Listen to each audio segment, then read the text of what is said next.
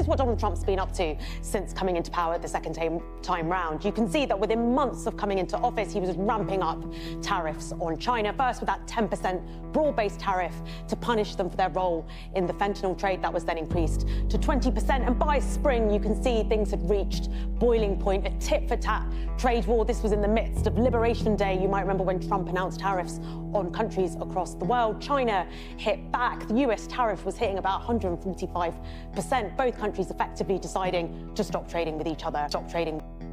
Here's the contradiction Washington does not want the world to notice. For years, the United States tried to slow China with tariffs, tech restrictions, and strategic pressure. The message was simple. China's rise can be contained, disciplined, and delayed. But now, America is fighting another war. Global energy routes are under stress, inflation risks are rising again, and the very crisis Washington helped unleash is making parts of China's development model look more relevant, more resilient, and more future-ready than before. That is where this story begins. Not with a flying car, not with a shiny city skyline, not with a list of industrial achievements, but with a harder truth. The real test of power is not whether you can pressure a rival.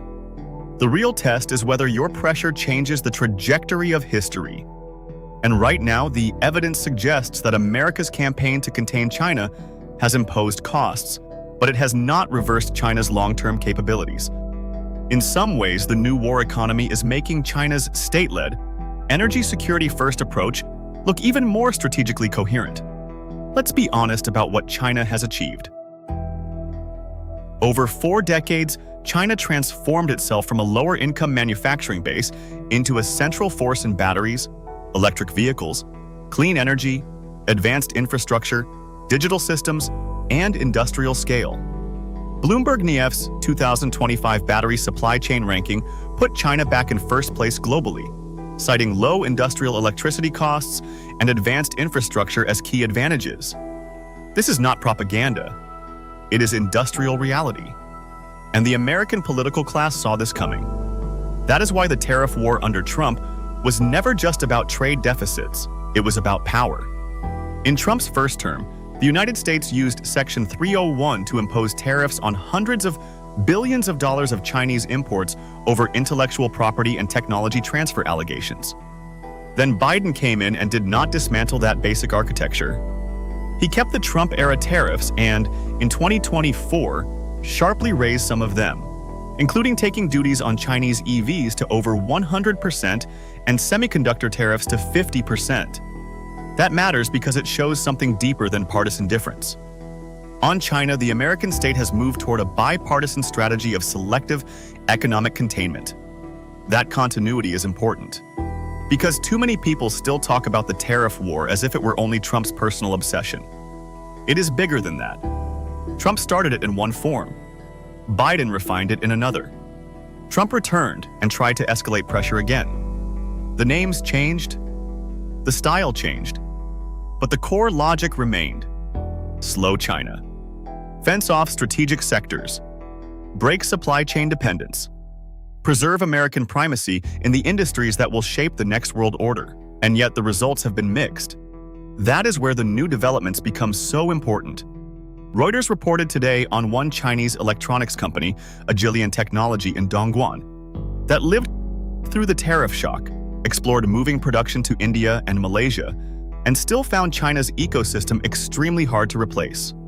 Overseas alternatives were slower, more fragmented, and less complete. By the second half of 2025, the company's production hours had rebounded by 29%. That is not a story of effortless Chinese invulnerability, but it is a story of adaptation and of how hard it remains to replace the density, efficiency, and logistics of China's manufacturing base. This is the part Washington keeps underestimating. China is not just a country with factories. It is a system, a network, an ecosystem of infrastructure, suppliers, ports, engineers, industrial zones, energy inputs, and state coordination. You can tariff a product. You can sanction a company. You can restrict a chip. But replacing an entire industrial civilization is much harder. And now the Iran war has changed the environment in ways that may strengthen that reality rather than weaken it. This is where everything changes. Because the China story is no longer only a tariff story, it is now also an energy security story.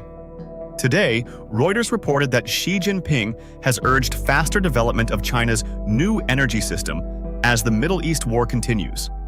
He emphasized a more diversified, resilient, and cleaner energy mix, while still keeping coal as the foundation of China's energy system. He also backed faster development in renewables, nuclear power, hydropower, and grid resilience. In other words, China is treating war-driven energy instability not as a reason to panic, but as a reason to accelerate long-term restructuring.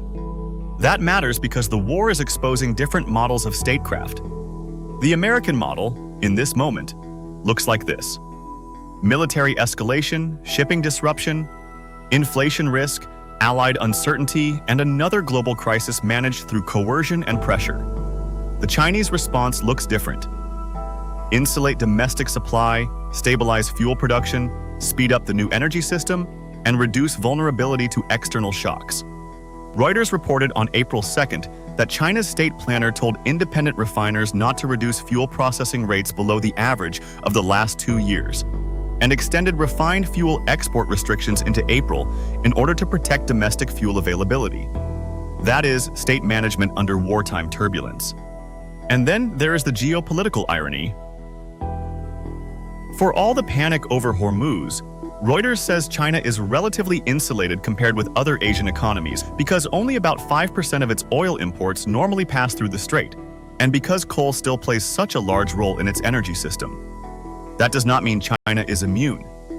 It does mean that the same global war shock hitting U.S. allies can also strengthen Beijing's case that strategic resilience comes from building capacity at home, diversifying inputs, and not leaving your future tied too tightly to vulnerable maritime choke points. Meanwhile, the global economic blowback is real. Reuters reported that Brent crude rose about 60% in March after the Hormuz disruption. That kind of shock moves through everything: fuel, freight, inflation, food, and interest rates. Reuters also reported today that the IEA expects Europe to feel the disruption more heavily in April, while JP Morgan's Jamie Dimon warned the war could keep inflation and interest rates higher. In plain language, America's war is not only a battlefield event, it is a price system event. It is a supply chain event. It is a strategic stress test for the entire global economy. And this is where the China story becomes sharper. Because every time the existing order becomes more unstable through war, shipping shocks, and inflation, the world has more reason to ask a harder question. Who actually looks prepared for the next economy? The state launching more pressure and more conflict? Or the state building batteries, grids, renewables, nuclear, refining buffers, and manufacturing depth at scale? That does not make China pure. It does not make China benevolent by default. And it does not mean the Chinese model is free of contradiction. China still has debt problems, property sector weakness, environmental tensions, and deep questions about labor, surveillance, political freedom, and centralization. But geopolitics is not a morality play where one side has to be perfect before its strategic model can be judged effective. The real question is this: when the world becomes more dangerous, which system looks more capable of adapting? And right now, the answer is not as comfortable for Washington as Washington would like. Even on the trade front, America is no longer acting from effortless strength. Reuters reports that Trump is expected to visit China in May 2026 for his first trip there in 8 years. That summit is being framed as a pivotal moment after repeated tariff escalations, rare earth tensions, and multiple rounds of negotiation. The very fact that such a summit is now central tells you something. Containment did not settle the question. Pressure did not close the file. The rival that was supposed to be throttled is still large enough, central enough, and strategically important enough that the U.S. president now has to go and negotiate directly on terms neither side fully controls. That is not a picture of decisive American victory. It is a picture of strategic stalemate inside a changing world. And that is where the Global South enters the frame. Because this is not just a US-China story. It is a story about who gets to write the rules of the next economy. If Washington's answer is more tariffs, more controls, more war, more choke point vulnerability, and more alliance pressure, then many countries in the global south will keep searching for alternatives. Not because Beijing is flawless, but because the old order keeps proving that it wants obedience more than development. If Beijing's answer is infrastructure, industrial policy, energy transition, manufacturing ecosystems, and South-South diplomacy, then the attraction is obvious. But here is the warning liberation lens has to make clear. Multipolarity by itself is not liberation. A world with more than one pole can still be unequal, still exploitative, still dominated by large states and concentrated capital. The real question is not whether America declines and China rises. The real question is whether workers, producers, and societies in the global south gain actual room to bargain, build, and shape rules. Or whether they simply become arenas in a new competition between giant systems. That is the struggle underneath the headline. Because the next economy will not be decided by one tariff round or one summit photo. It will be decided by who controls standards, who controls financing, who controls energy systems, who controls data rules, who controls the minerals, batteries, chips, grids, and shipping routes that define 21st century power. And on those questions, China is not standing still. It is adapting under pressure. It is absorbing shocks. It is building through turbulence. And now, thanks in part to the chaos unleashed by America's own war, it may be gaining a stronger argument for the very model Washington hoped to discredit. So where does that leave us? Not with a simple verdict that China has already won, and not with a simple verdict that America has already lost, but with something more important, a world in transition, a hegemon trying to contain a rival adapting faster than expected, and a war economy that is making the old system look more brittle, just as the new contest enters a more dangerous phase. That is why this story matters.